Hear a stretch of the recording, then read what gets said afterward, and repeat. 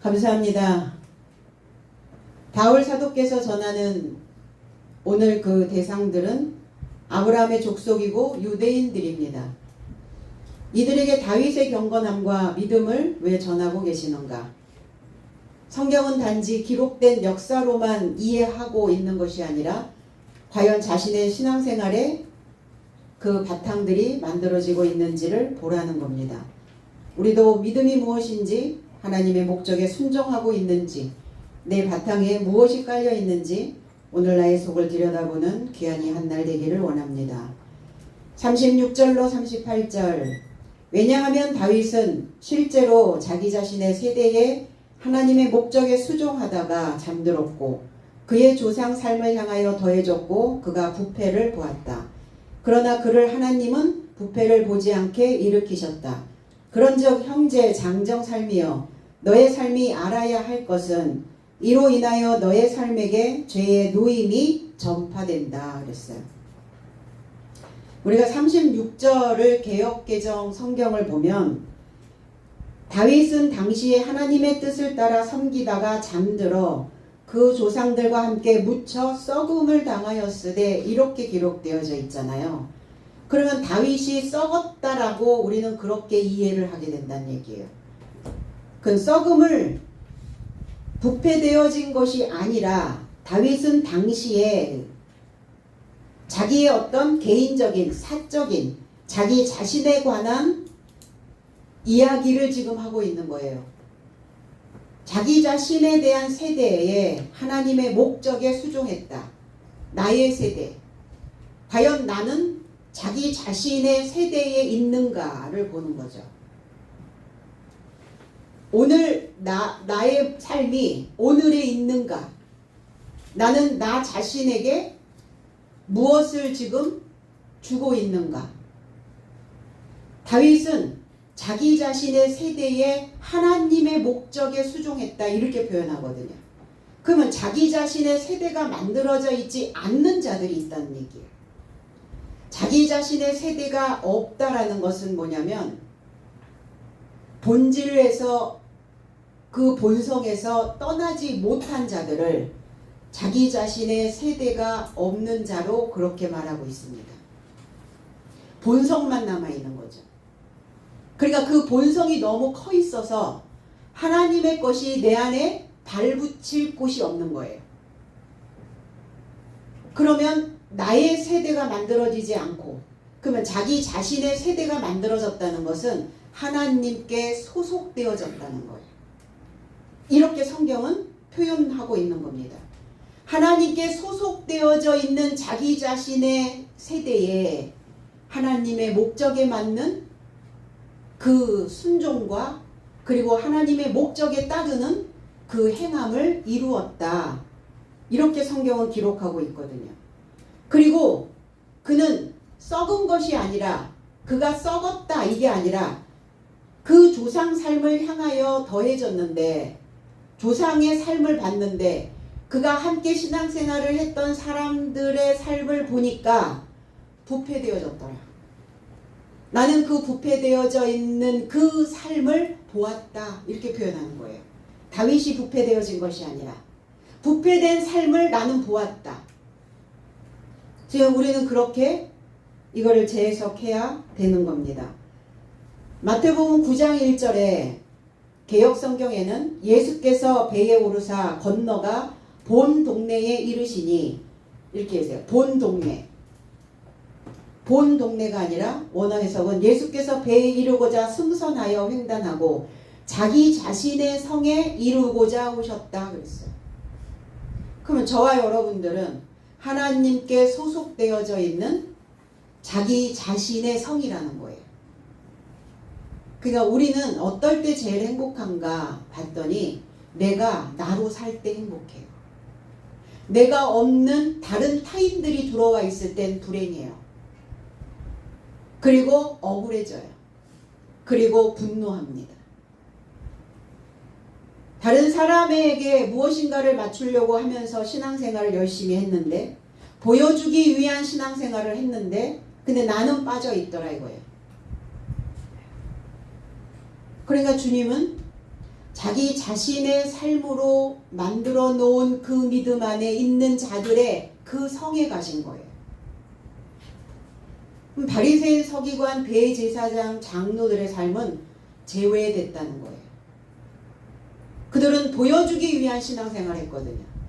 회당 어귀에 서서 기도하고, 난 10의 1조도 하고, 내가 금식도 하고, 교회에서 내가 무엇도 행하고 저것도 행하고, 그러면서 그런 사람들의 삶은 자기 자신의 삶이 아니라는 거예요.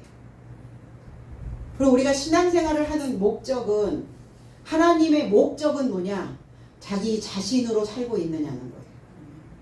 내가 내 자신으로 살고 있을 때 그 자신 안에 주님은 거하여 계신다는 겁니다. 그래서 자기 자신의 성에 이르고자 오셨다. 거기가 어디냐? 가버나움이었어요.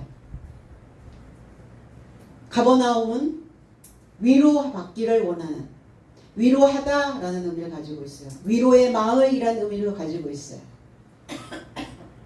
그리고 하나님의 뜻, 이 뜻이라고 하는 단어가 본래라고 하는 단어인데 목적이라는 뜻입니다. 하나님의 목적, 하나님의 의도, 하나님의 결이 되어진 것들. 분명 우리는 하나님의 목적에 합당한 신앙생활을 해야만 하는 거죠. 아니면 내가 신앙생활을 통해서 내 목적을 이루고자 하는 것인가? 내가 살아가면서 이 물질 세계에서 부귀 영화를 누리고자 하는 그 목적을 두고 하나님을 믿고 있는 것인지, 아니면 하나님의 목적에, 하나님의 의도에 맞는 삶을 나는 만들어 놓고 있는지.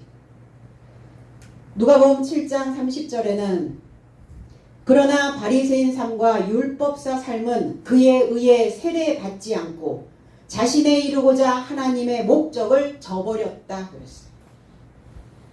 바리새인과 율법사, 모세의 글을 읽고 모세의 글을 암송하고 있는 자들이었어요.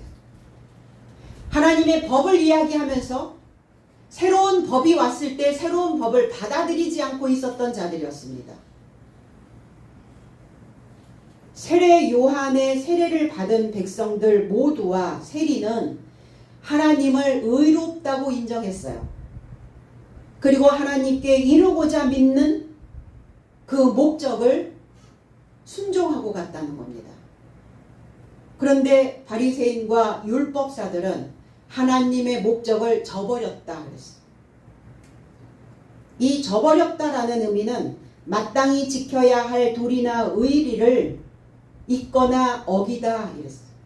등지고 배반하다, 무효로 만들다, 깨뜨리다, 거부하다, 이런 의미를 가지고 있어요.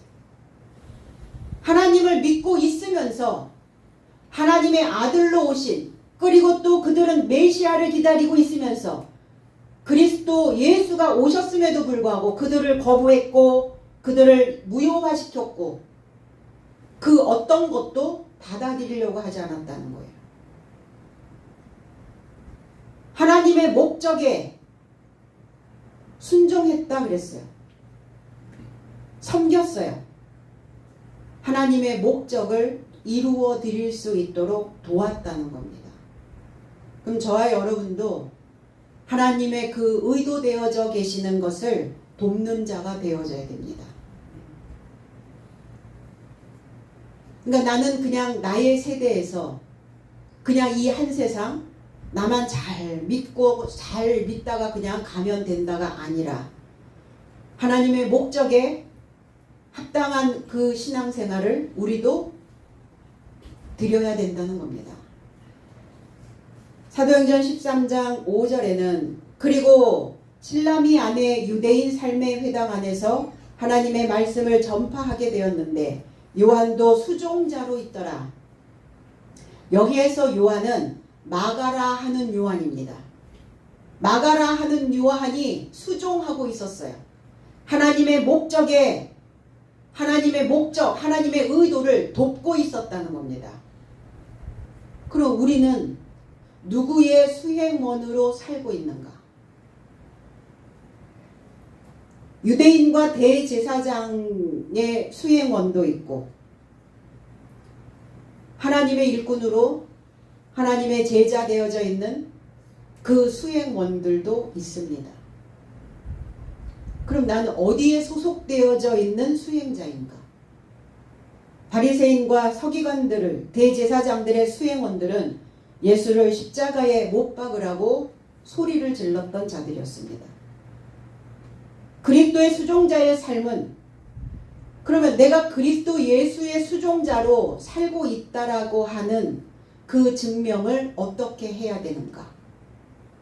그리스도 예수의 수종자로 살고 있는, 그리스도 예수를 돕는 자로 살고 있는 자들은 하나님의 비밀을 맡은 자여야 된다는 거예요. 하나님의 비밀의 청지기로 있어야 된다는 겁니다. 그럼 하나님의 비밀이 뭐냐? 하나님의 비밀은 성경 문서입니다. 성경이 하나님의 비밀이에요. 그래서 모든 비밀 문서를 다 부호화시키죠. 부호. 모로스 부호. 기억나시죠? 그런데 그 부호를 풀지 못하면 그게 무슨 뜻인지를 알 수 없단 말이에요. 성경은 그래서 다 코드로 되어 있어요. 번호로 되어 있어요. 낱말 하나하나가 다 번호로 매겨져 있어요. 그 사전이라고 얘기하죠. 그러니까 그 번호를 풀지 못하면 비밀은 열리지 않는다는 겁니다. 그럼 하나님의 수종자로 그 목적에 맞는 신앙생활을 하고 있는 자들은 이 비밀 문서인 성경을 맡은 자들이다. 그럼 아무나 이 비밀 문서를 주냐고요? 누구에게나 다 비밀 문서를 맡깁니까? 그렇지 않다는 겁니다. 믿음이 가는 사람, 무엇인가 위기가 닥쳐도 그 위기를 능히 극복하고 갈 수 있을 만한 마음의 지지대가 확실하게 만들어져 있는 자들에게만이 이 비밀 문서를 맡기게 됩니다. 그런데 성경은 그러한 자들만 하나님의 수종자다 이렇게 표현합니다. 그들만이 하나님께 순종하는 자들이다. 그들만이 하나님의 목적에 맞는 자들이다. 그를 다윗이라 이렇게 표현하고 계시는 겁니다. 비밀이 주어진 봉사자, 이 청지기는 마크를 가지고, 표시를 가지고 있어야 됩니다. 우리가 돈의 그 지폐를 보면 종이돈의 그 한켠에 있는 여백을 얼핏 보면 아무것도 보이지 않죠. 그런데 불빛에 이렇게 비춰보면 어떤 그림이 드러나는데 이것처럼 내비치는 무늬, 이거를 워터마크라고 얘기를 해요.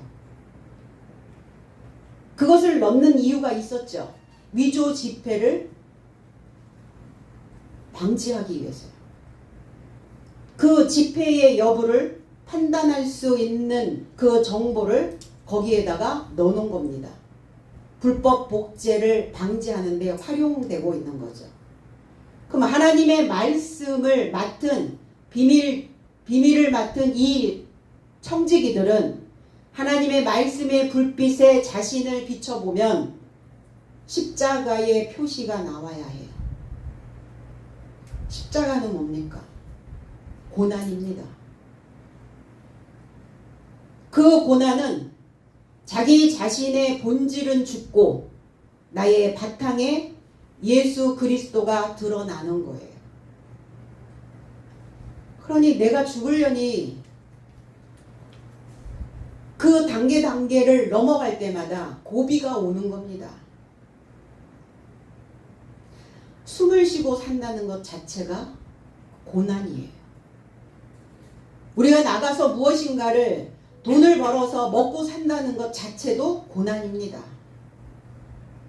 그런데 그것을 감당할 수 있느냐 물어보셨을 때 그 마음 안에, 그 속에 워터마크처럼 하나님의 비밀을 맡은 그 청지기처럼 내가 신앙인으로서 가짜가 아니라는 것을 증명해낼 수 있는 자들은 죽음을 불사하고 가는 겁니다. 다윗도 그랬고 오늘 다윗을 거론하고 있는 것은 그 얘기를 하고자 하는 거예요. 믿음의 조상들을 이야기하고 있는 것은 그 역사가 아니라 오늘 신앙생활을 하고 있는 너희들의 삶이어야 된다는 것을 바울 사도는 전하고 계시는 겁니다. 그럴 수 있느냐예요. 고난이 왔을 때 나의 바탕에서 예수 그리스도가 드러나는지 아니면 나의 본질적인 그 진노의 자녀에서 여전히 멈춰 있는지 구원 누가 해줍니까? 내 안에 계신 그리스도 예수가 나에게 교훈을 주시고 내 안에 계시는 그 그리스도가 나에게 힘을 주셔서 내 생각이 자기 자신이 자기 자신을 건져내야 된다는 겁니다. 하늘에서 손이 내려와 건져냅니까? 벽에서 손이 나와서 건져냅니까? 내 안에서 올라오는 그 힘으로 나를 건져내는 거예요. 우리의 뇌는 멍텅구리여가지고 내가 생각하는 대로 마음 먹은 대로 뇌는 그렇게 만들어져요. 극한 상황에서 살아남는 자와 극한 상황에서도 죽는 자들이 있어요. 살아남는 자들은 이 뇌에다가 바람을 넣는 거예요. 긍정의 바람을 넣어주는 겁니다. 분명 나는 여기에서 나아갈 수 있다라는 것을, 내가 여기에서 주저앉지 않을 것이다 라는 것을. 그러면 뇌에서는 신경 전달 물질이 나와요. 그래서 우리의 온 몸을 흐르게 만듭니다.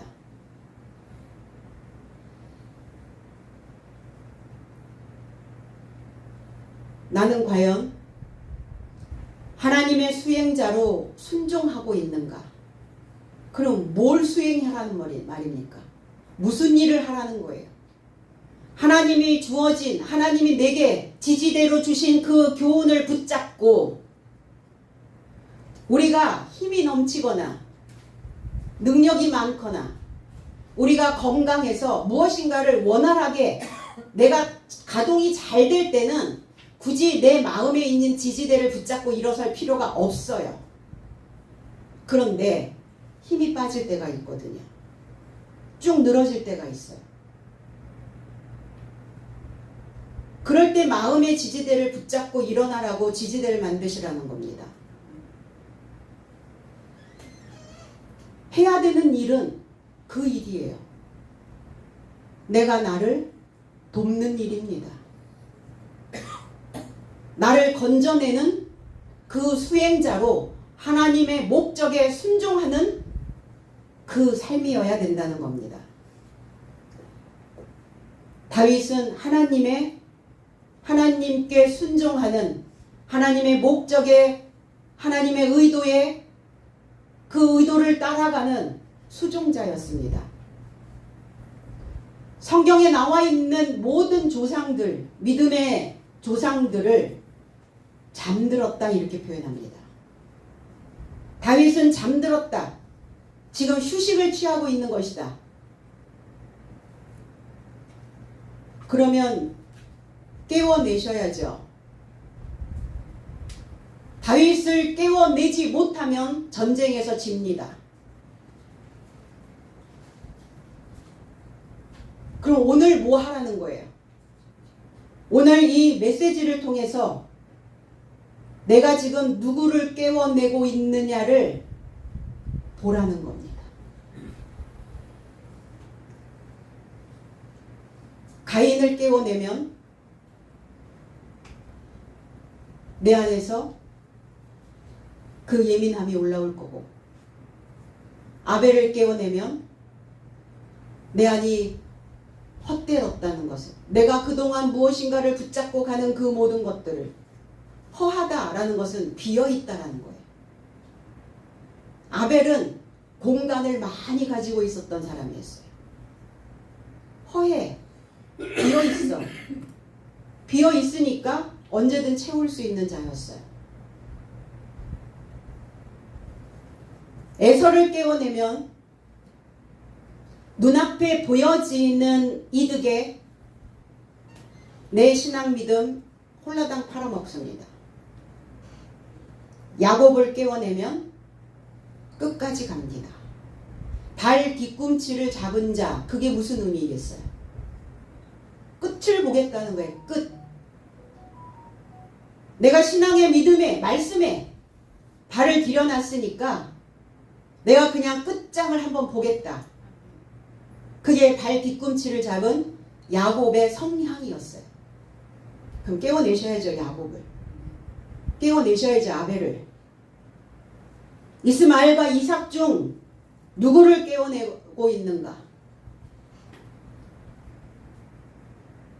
듣기는 듣는데 세상의 염려와 걱정과 근심으로 인하여 말씀이 막혀 결실하지 못하는, 그게 이스마엘이에요. 이스마엘 듣다 해요. 그럼 이삭을 깨워내셔야죠. 이삭이 올라와야죠. 그래야 웃을 수 있죠. 어떠한 상황에서도 웃는 자는 뇌에서 좋은 호르몬이 나를 행복하게 하는 그 물질이 분비되어진다는 겁니다.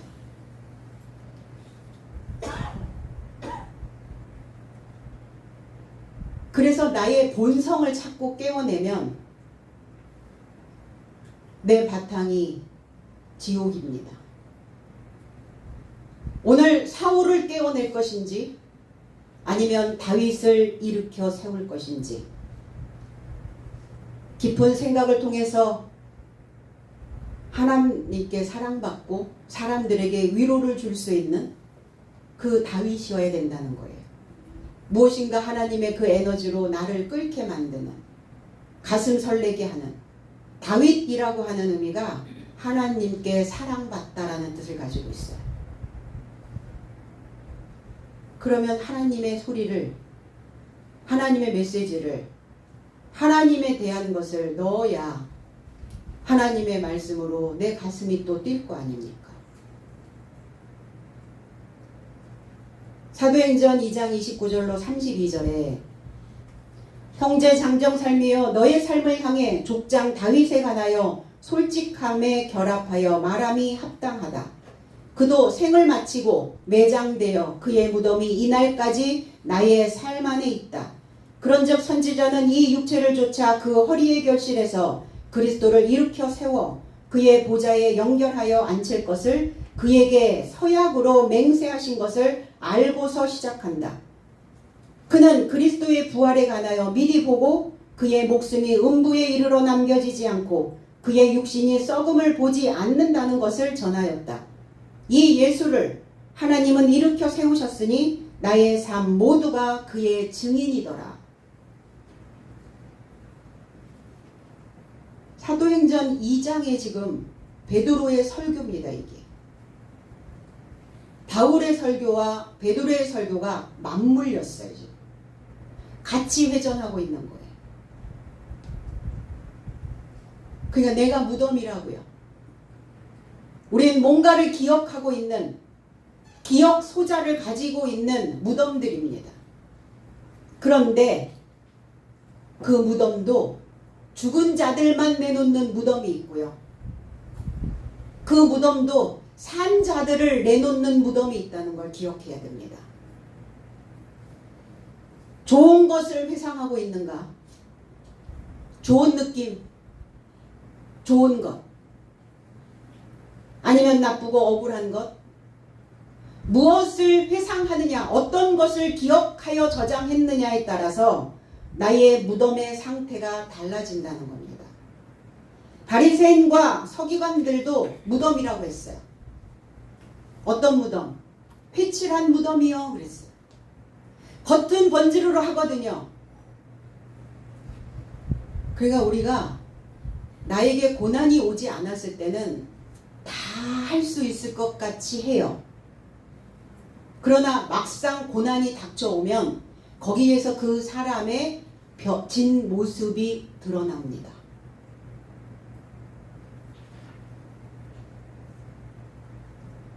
휘칠한 무덤, 그 휘칠한 무덤 속에는 더러운 것이, 썩어 있는 것들이 있었어요. 마른 뼈들이 있었어요.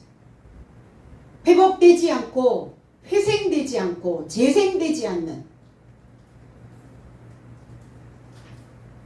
그래서 어때요? 뭐가 하나 탁 들어오면 이주할 생각 먼저 하는 거죠. 내가 머물러야 될 곳이 어디인지, 오늘 어디인지. 우리 안에 다윗의 무덤이 있대요. 오늘 다윗을 깨워내는 무덤들이 되시기를 바랍니다. 육신이 썩음을 보지 않았다는 것은 이 살덩어리일까요? 이 살덩어리는 호흡이 끊어져서 땅에 묻히면 썩습니다. 그러면 성경에서 이야기하고 있는 이 육신은 무엇을 이야기하고 있는 것일까? 이 육신이라고 하는 단어를 보니까 솔질하다, 비로 쓸다, 힘을 들어 끌다, 당기다. 이 육신이 뭐냐? 무엇인가 내 안에서 힘을 만들어내는, 내 안에서 무엇인가를 끊임없이 발생시키는 소리라는 거예요. 소리. 그래서 그게 히브리어로 넘어가면 빠사르, 그게 살, 그게 육체. 좋은 소식을 전하다, 장미꽃이 만발한, 즐거운, 이런 의미를 가지고 있어요. 그럼 육체가 썩지 않았다는 것은, 다윗의 육체가 썩지 않았다는 것은 그 다윗의 소식은 살아있는 소식이라는 거예요. 그 마음 안에는 늘 장미꽃이 활짝 펴서 사람들에게 즐거운 소식을 전하는 자였다는 겁니다. 그 육체의 소식은 신선하여 부패를 보지 않았다는 거예요. 마음의 어떤 그 소식으로 인해, 그러니까 내 안에 담겨져 있는 소식으로 인해서 속이 썩기도 하고 속이 신선하게 즐거워지기도 하죠. 그 얘기예요. 그의 육체 이러니까 이게 살덩어리, 이게 고깃덩어리로 우리는 자꾸 생각을 하는데, 소식. 다윗의 소식은 부패하지 않았다. 그러니까 다윗의 소식을 접한 자들은 썩지 않는다는 거예요. 부식되지 않는다는 겁니다. 다윗의 소식을 접한 자는 자기 자신의 생각들을 비로 쓸다. 뭐예요? 먼지들이 있으면 내 안에 불필요한 요소들, 내 안에 어떤 소식이 나를 오염시키고 있다면 그거 쓸어버리셔야죠. 비로. 그리고 뭐 하셔야 돼요? 솔질. 막 엉켜 있단 말이에요. 그 소식들이. 그 소리들이 막 엉켜 있어요. 뒤죽박죽 되어 있어요. 복잡해 머리가.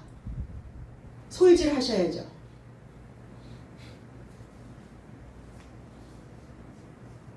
그게 다윗의 육체가 썩지 않음을 성경은 그렇게 해석하고 있습니다. 그러면 오늘 우리는 다윗을 깨워내서 이것이 나의 믿음으로, 내가 신앙생활을 하는 나로 증명하셔야 됩니다. 늘 말씀드리지만 모든 환경이 다 뒷받침이 잘 되어 있고 내가 왕성하여 있고 아무 문제가 없을 땐 누구나 다 할 수 있어요. 그러나 그런 상황이 아니었을 때 나를 보는 거예요. 나는 과연 어떤가요?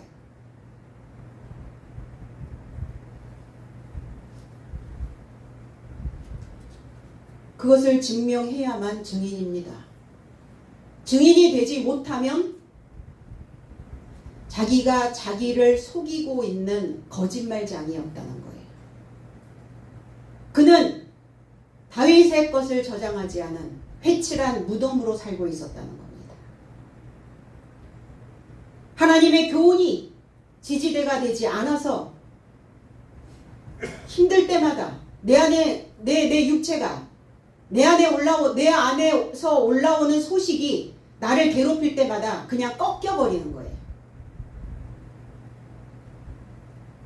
다윗은 조상 삶과 함께 묻혀 썩음을 당한 것이 아니라 조상들의 삶에 더하여졌는데 그들 중 부패된 자를 보았다는 겁니다. 그래서 악한 자도 소식을 보내요. 악한 자도 소식을 보냅니다. 나쁜 소식을 보내요. 그 소식을 전한 자들을 부패된 자로 보았다는 겁니다. 그럼 다윗과 함께 신앙생활을 하면서 다윗과 밀접한 관계에 있었던 자가 누구였습니까? 다윗은 이새의 8번째 아들로 태어났어요. 그는 목동이었어요. 그는 양을 치는 자였습니다.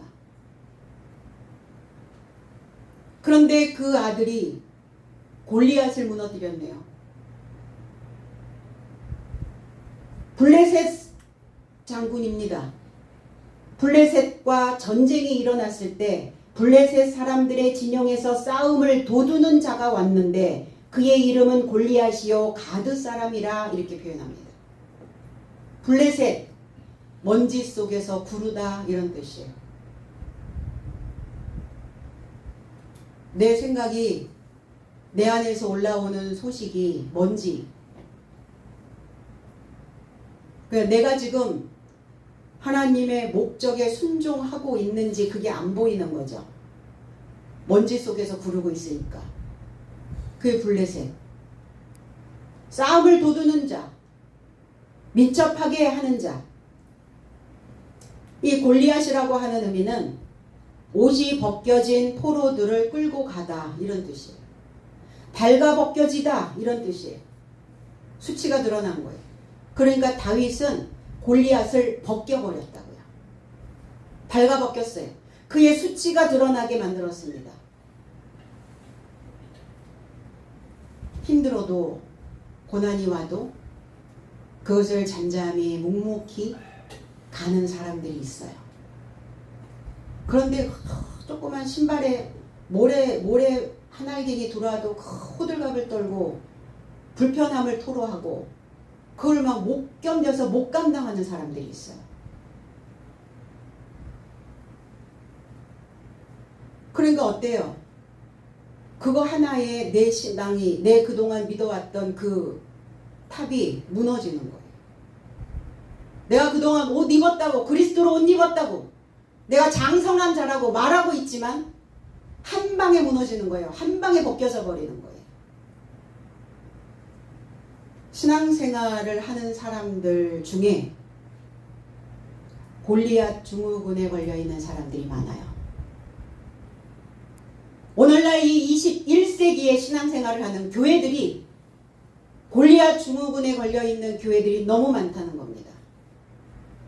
골리앗 증후군, 골리앗 신드롬 제가 만들었어요. 골리앗이 뭡니까? 신앙 안에서 더 크게, 더 많이, 좀 더 많이. 골리앗의 그 모양을 보니까 어때요? 키가 장대한 자였어요. 머리에는 노투구를 쓰고 몸에는 비닐 갑옷을 입었는데 그 비닐 갑옷의 옷도 노시 5,000세겔이 남았어요. 얼마나 많이 갖다 붙였겠어요. 다리에는 놋 각반, 그 종아리에 이렇게 덧대는 거 있죠. 그걸 각반이라고 얘기합니다. 어깨 사이에는 놋 단창, 창 자루는 배틀채 같고 창날은 철 600세겔이라. 그리고 할례 받지 않은 블레셋 사람이라. 똑같은 생각을 반복해서 하면요, 거기에 이물질이 끼고 거기가 기름지게 됩니다. 그걸 잘라내야죠. 그 생각 잘라내야죠. 그걸 할례라고 말하는 겁니다. 그러니까 얼마나 커요? 보기에 얼마나 웅장합니까? 얼마나 많은 것들을 몸에다가 장착을 했어요. 교회가 골리앗이 되면 안 되죠. 신앙생활을 하는 사람들이 골리앗이 되면 안 되죠. 말씀을 증거하는 자가 이 말 저 말 뒤죽박죽 섞어서 그렇게 줄 필요 없다는 이야기예요. 골리앗. 그는 가드 사람이었다. 이게 밟아 짜다 이런 의미를 가지고 있어요. 그러면 다윗의 소식은 부패되지 않았지만 골리앗의 소식은 부패되었어요. 다윗의 셋째 아들 압살롬, 그 아들이 반역을 합니다. 다윗을 반역을 해요. 다윗의 왕자를 가장 위협했던 자가 다윗의 아들이었어요. 다윗의 소식은, 다윗의 육체는 장미꽃이 만발한 즐거운 소식이었지만 이 압살롬이 전하는 그 소식은 속을 썩게 만드는, 속이 썩는, 내가 그 왕으로부터 나를 다스리는, 나를 통치하는 그 삶으로부터 나를 끌어내리려고 하는 그 소식은 썩은 소식이라는 거예요.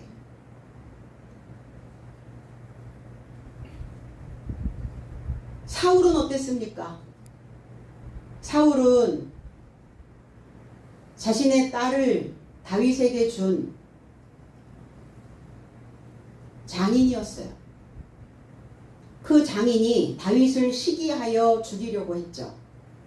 이스라엘을 방어하는 그 세 번째 싸움에서 다윗은 공을 세웁니다. 백성들이 다윗에게는 만을 돌리고 사울에게는 천을 돌렸거든요.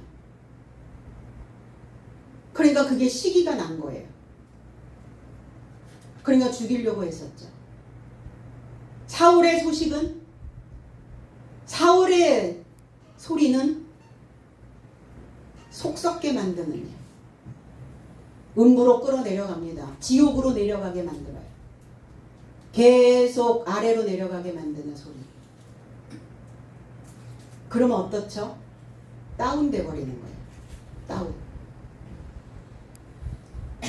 마음에서 힘을 실어주지 않잖아요. 육체는 금방 다운됩니다. 다운돼도 일은 하잖아요. 못 일어나진 않잖아요. 그런데 어디에서는 일어나는데 어디에서는 못 일어납니까? 생각을 그렇게 하는 거예요. 가장 손쉽게 놓을 수 있는 곳이 어딘지를 찾는 거예요. 사람들의 심리 속에서. 이거는 못 놓으니까 이거는 놓는 거예요. 다운되죠. 반대로 하셔야 되거든요.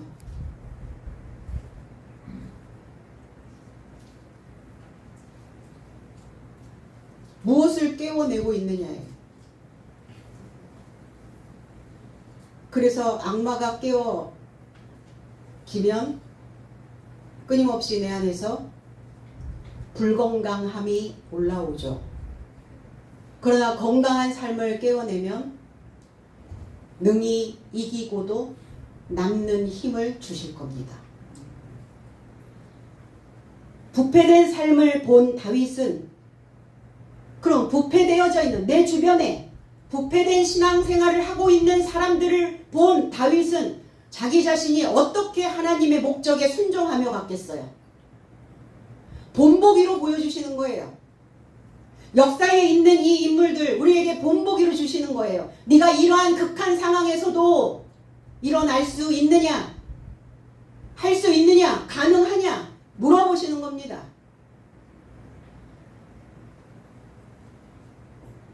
그래서 하나님은 다윗을 부식되지 않도록 일으키신 거예요. 처음부터 사울이 잘못했겠습니까? 처음부터 골리앗이? 처음부터 압살롬이? 이미 너는 악으로 태어나고 너는 선으로 태어나라고 하나님이 그렇게 예정하신 겁니까? 그건 아니죠. 가다 보면 환경에서, 내 속에서 어떠한 소리를 끌어당기느냐예요. 무엇을 내가 끌어안고 있느냐예요.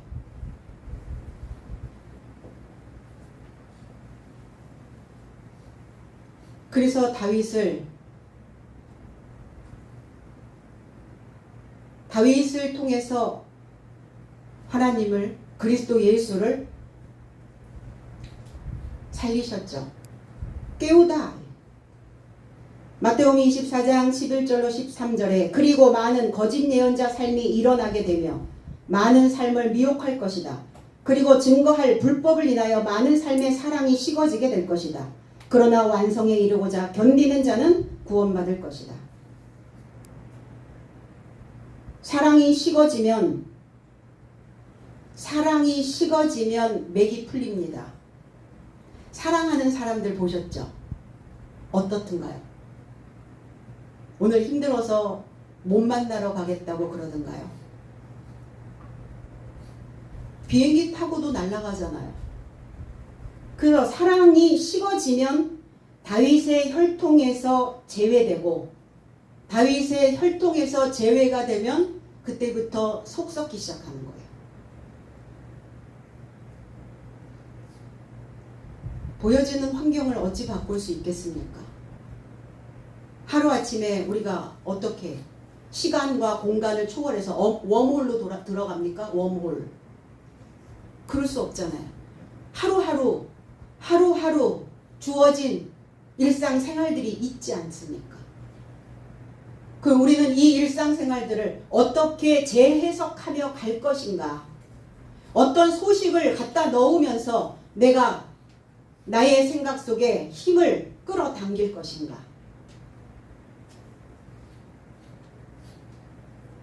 부패했다는 것은 변절된 자의 모습입니다. 그래서 진심을 다해 부패를 보지 않도록 일으켜 세우셔서 저와 여러분들이 하나님의 단단한 씨앗이 될 수 있도록 우리를 연단하시는 겁니다. 그런데 중요한 건 꺾이지 않는 마음이어야 해요. 꺾이지 않는 사명감을 가져야, 그래야 썩지 않습니다. 고추밭에 고추가, 지지대가 없어지면 꺾여요. 꺾이는 순간 썩습니다.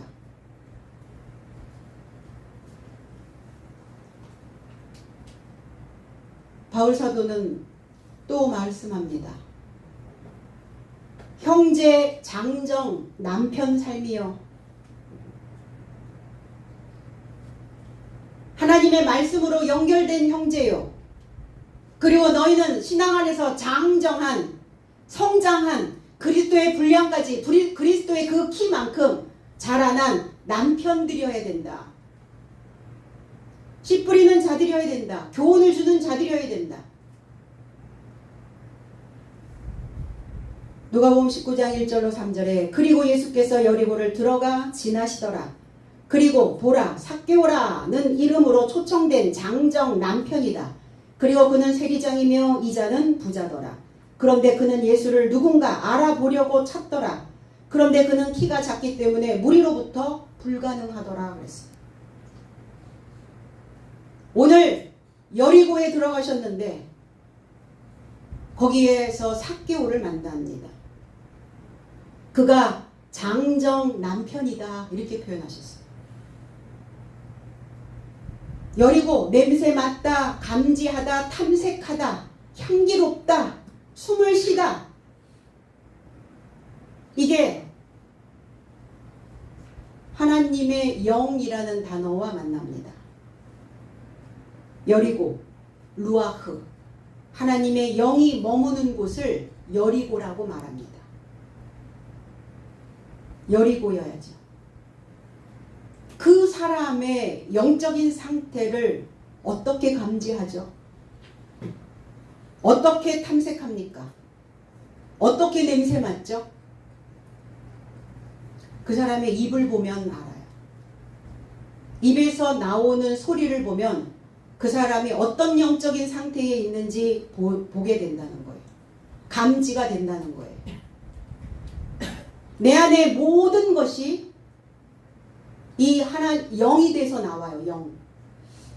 그럼 더러운 영이냐 거룩한 영이냐죠. 그래서 입안이 향기로워야 된다고요. 말이 향기로워야 돼요. 그 입에 하나님의 영이 머무르시기 때문입니다. 입안을 청결하게. 이거 항상 각을 하셔야죠. 각을. 그래서 입안이 바뀐다는 것은 인간의 영역이 아닌 것 같아요. 입이 바뀐다는 것은 신의 영역입니다. 그래서 우리의 마음밭에 말씀이 잘 뿌려지면 말이 달라져요. 부정이 긍정으로 바뀝니다. 내가 어떠한 언어를 많이 쓰는지를 한번 탐색하시고 감지해 보세요. 긍정 언어인지 부정 언어인지, 내 입은 향기로운지 아니면 오염시키고 있는지 보셔야 합니다. 삭개오, 순결하다, 깨끗하다. 무엇이 순결하고 깨끗했겠어요? 입이요, 입. 그 사람이 더러운지 깨끗한지 입을 보면 안다고. 초청된 남편입니다. 세리장입니다. 근데 키가 작았다고요. 육체의 키도 키이기도 하지만 그가 아직 성장이 다 안 됐다는 표현입니다. 성장이 미미하다. 성장이 작다. 그러니까 예수에 대하여 알아보려고 찾더라 이렇게 표현했잖아요. 삭개오가. 그러니까 예수에 대하여 아는 것이 미미하여 성장하지 못한 율법의 부자였다고요. 구약적 사고에 멈춰있는, 아직 성장이 끝나지 않은, 성장판이 닫히지 않은 그 과정에 있는 그런데 아직 예수에 대하여 미미해, 조그마해 알고 있는 것이 구원자를 찾고 있었어요. 오늘 바울 사도의 말씀을 듣고 있는 자들도, 저와 여러분도 형제, 장정, 남편들의 삶이여야 된다는 거예요. 그래서 너희는 구원에 대하여 알아보고 있느냐? 아직은 우리도 미미하죠. 그쵸? 욥기서 8장 7절에는 너의 시작은 미약하나, 이 미약하다라는 단어가 이 헬라어의 미크로스라는 단어와 만나요. 너의 시작은 조그마하나, 작으나, 미미하나, 내 나중은 심히 창대하리라. 너의 시작의 머리는 조그마하지만 너의 끝은 힘있게 자라날 것이다. 욥도 삭개오도 저와 여러분도 그렇게 되어질 것입니다. 미미하다는 것은 예수에 대한 그 지식이 짧다는 거예요. 짧다. 키가 작다. 그러나 그 지식이 짧을지라도 후손으로 남겨진 자는 크게 자라게 될 것이다. 그래서 오늘을 우리는 살아낼 수 있는 소망이 생기는 것 같습니다. 생활이 나를 속일지라도 슬퍼하거나 노하지 마시고 이 날을 참고 견디면 반드시 장미꽃이 만발한 그 기쁨의 날이 오게 될 것입니다. 모두 장성한 남편으로 성장해서 구원받음으로 죄에서 풀려나셔야죠. 죄가 뭡니까? 잘못 때문에 상을 받지 못하다. 잘 못했다는 것은 잘 몰랐다는 거예요. 아, 제가 잘 몰랐습니다. 하나님에 대하여 잘 모르고 사는 것이 죄입니다. 관역을 마치지 못한 삶에서 노임을 받는